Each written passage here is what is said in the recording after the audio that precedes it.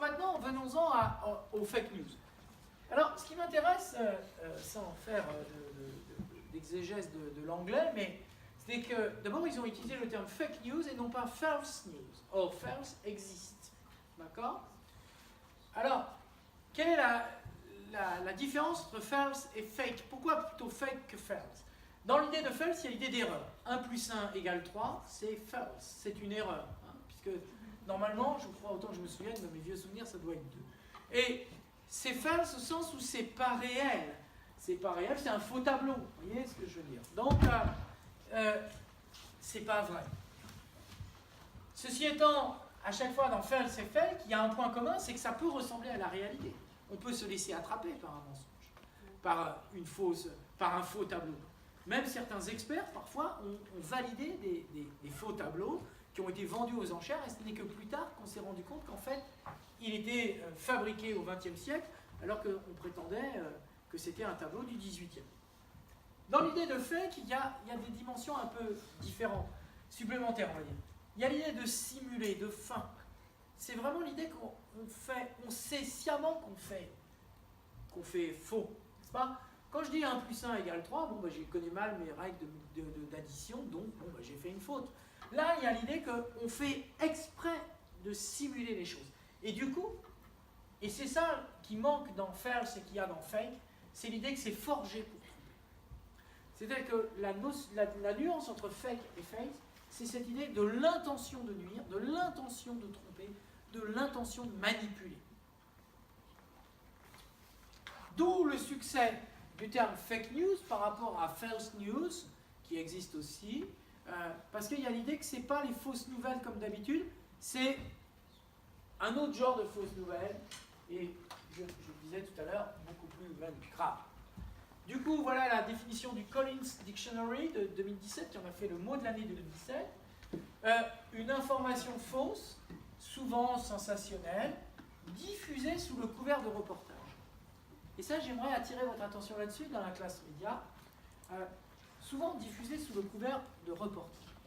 Si vous regardez bien comment fonctionnent les fake news, la plupart du temps, les fake news sont fabriquées comme si c'était un reportage média. Comme si c'était une vidéo faite comme peuvent en faire les journalistes, un reportage comme peuvent en faire les journalistes, un article paru sur un site, etc.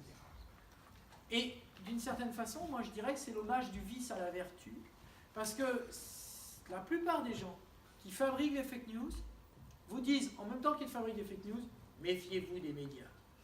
Les journalistes vous mentent, les journalistes vous manipulent. D'accord? Et donc, ils justifient leurs propres productions, qui sont fautives, en vous disant, attention, c'est mieux, parce que les médias, eux, sont des menteurs. Au jeu du c'est celui qui dit qui est, vous voyez, parce que de la vérité, c'est que c'est eux qui mentent. Et l'hommage du vice à la vertu, disais-je, c'est que ces gens qui ont un raisonnement vicieux savent quand même que pour être plus attractif, pour être un peu plus trompeur, il vaut mieux imiter le style des médias. Donc, il y a quelque part, ils savent qu'il faut faire quelque chose.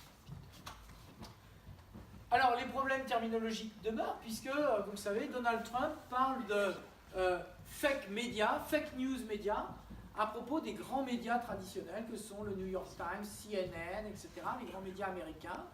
Il dit, oui, effectivement, tous ces médias sérieux sont des fake news médias, c'est-à-dire qu'il retourne l'accusation, il dit c'est pas moi qui dis les fake news, c'est pas moi qui dis les mensonges, ce sont les médias qui sont des menteurs.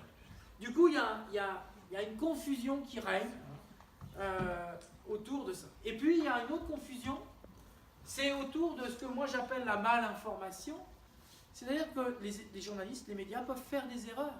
Parfois, ce qu'ils font n'est pas parfait. Parfois, il y a des approximations, etc. Et donc, effectivement, à partir du moment où il y a des approximations, il peut y avoir des choses publiées qui sont fautives. Ça n'en fait pas forcément une fake news. Ça en fait une information insatisfaisante. Ça en fait une malinformation. Ça, il y a pas, comme on dit, malbouffe. Hein. Ça, c'est sûr. Mais je pense qu'il y a beaucoup de confusion. Et on fait aussi la confusion avec Les sites parodiques, j'imagine que vous fréquentez de temps en temps le Gorafi, oui, vous connaissez bien sûr le Gorafi. Et donc le Gorafi, ça fabrique des parodies, hein, c'est fait pour faire rire. Moi personnellement ça me fait beaucoup rire, mon fils aussi, donc on rigole souvent ensemble là-dessus. Donc il n'y a pas de problème, sauf que certains disent ah c'est des fake news. Ben non, c'est pas des fake news, c'est autre chose, c'est des parodies, c'est juste fait pour rigoler. Ceci étant, c'est des fois tellement bien fait que des gens s'y laissent prendre et diffusent. Je vais y revenir.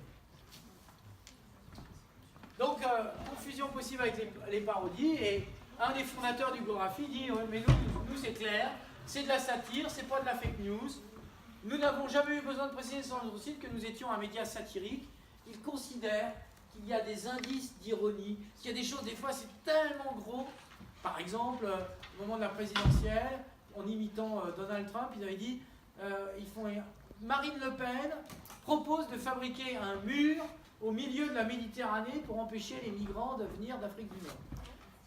Et il y a un média algérien qui a repris ça en pensant que c'était sérieux, en disant vous voyez, ça devient n'importe quoi, le Front National en France, etc. Sans se rendre compte, un mur en plein milieu de la Méditerranée, ça ne doit quand même pas être facile à construire, enfin vous voyez ce que je veux dire. Et pour le Gorafi, évidemment, ils se disent bon, c'est tellement grossier que personne ne peut le croire, quoi. Vous voyez ce que je veux dire, c'est juste pour rigoler.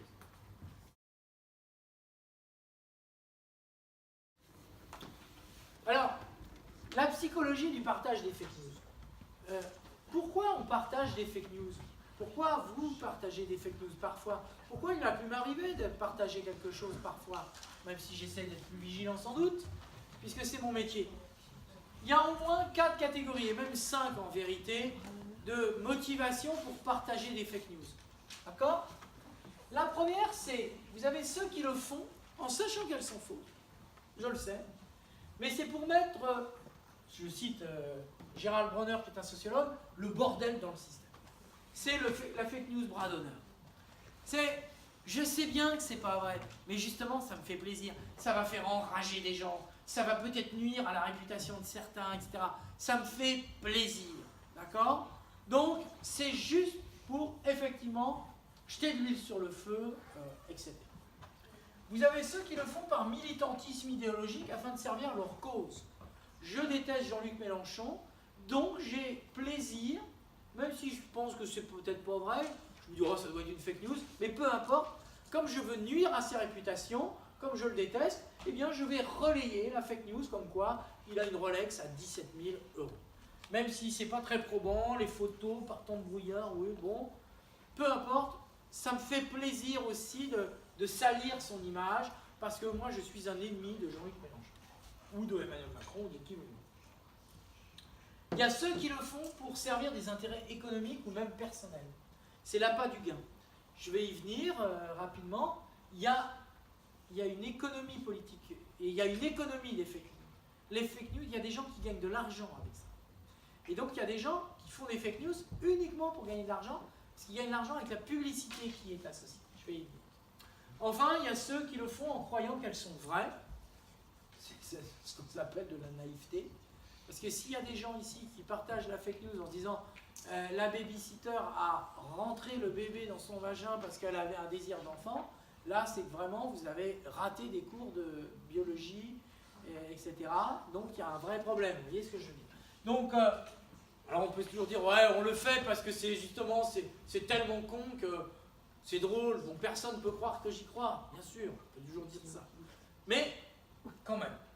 Et donc naïveté. Mais on peut ajouter aussi une autre dimension que n'évoque pas Gérald Bronner. Il s'agit, dans un certain nombre de cas, quand on partage des fake news, de faire comme ses camarades et de manifester ainsi son appartenance au groupe. Dans un groupe d'échange, avec des copains, etc., on a l'habitude d'échanger des trucs. Souvent, on like, on partage, etc. Et là, il y a machin qui arrive avec une bonne vieille grosse fake news bien nulle, bien grasse. Qu'est-ce que je fais avec ça? Est-ce que je lui réponds? Je lui dis non mais écoute c'est nul ton truc, arrête, tu devrais l'enlever, c'est une grosse fake news.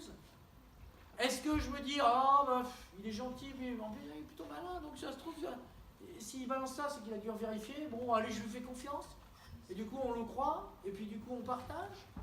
Ou est-ce que bon allez c'est pour rire, j'y crois pas mais bon, je la partage quand même parce que, parce qu'on est entre nous. Et puis parce que, bon, ben, c'est pour montrer que je continue à appartenir au groupe d'échange et de partage.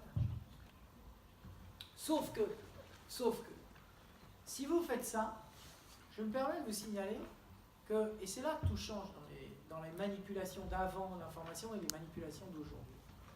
Si vous faites ça, vous devenez à votre tour des influenceurs. À votre tour, vous allez être ceux qui vont contribuer auprès de certains à accréditer l'idée que, tiens, c'est peut-être vrai. Ah, ben tiens, ça mérite d'être partagé. On a tous une part de responsabilité dans ces partages. Bon, là, je vais plus vite parce que sinon, je n'en sortirai jamais. Et du coup, il y a des biais cognitifs. Alors, les biais cognitifs, le cognitif, ça renvoie au cerveau et au traitement de l'information par le cerveau, pour faire simple. Les biais cognitifs, il y en a plus d'une centaine. En psychologie, on essaye d'étudier la manière dont notre propre cerveau et son mode de fonctionnement peut nous tromper nous-mêmes. D'accord ? Alors, un des biais majeurs, massifs, cognitifs, qui entre en jeu dans le partage des fake news, c'est le biais de confirmation. Et à un degré supplémentaire, le biais de confirmation sociale. Le biais de confirmation, c'est j'entends, j'écoute, je crois, et donc je partage ce qui confirme mes opinions, ce à quoi je crois déjà. C'est beaucoup plus sympa de partager quelque chose auquel on croit déjà. Ah ben voilà, tiens, c'est bien ce que je pensais, voilà, crac. Plutôt que de, voilà, ouais, les profs, c'est tous des nuls. Tiens, regarde ce truc sur le cours de machin là, hop, et ben voilà, et je balance le truc. Même si c'est un gros montage, que le prof a jamais fait ça, etc. Mais ça me fait tellement plaisir de penser du mal des profs, de l'afficher, etc., que allez hop, je pars. C'est mon biais de confirmation, je le crois, donc c'est ce que je pense déjà, donc je partage. Et puis vous avez une perversion du biais de confirmation. Avec les réseaux sociaux, c'est le biais de confirmation sociale. Qu'est-ce qui se passe dans le biais de confirmation sociale? Vous connaissez, j'imagine, vous avez déjà regardé Qui veut gagner des millions? Le biais de confirmation sociale, ça serait le vote du public. Vous avez le candidat, il ne sait pas trop, il se dit bon, je ne sais pas. Bon, ben, je vais faire appel au public. Bon, allez-y, public, appuyez sur le bouton, votez. Voilà, 70% du public dit que la réponse c'est A. Bon, ben, puisque 70% des gens disent A, bon, ben alors je vais dire A. Parfois le public a raison, parfois le public a tort. Ben, c'est ça le biais de confirmation sociale. Le biais de confirmation sociale, c'est si vous avez des preuves que beaucoup de gens pensent quelque chose, alors vous dites, ah bon, ben, ils doivent avoir raison, donc je vais le croire. Et la perversion d'usage des réseaux sociaux, c'est l'affichage des métriques, de tous les chiffres de partage, de likes, etc.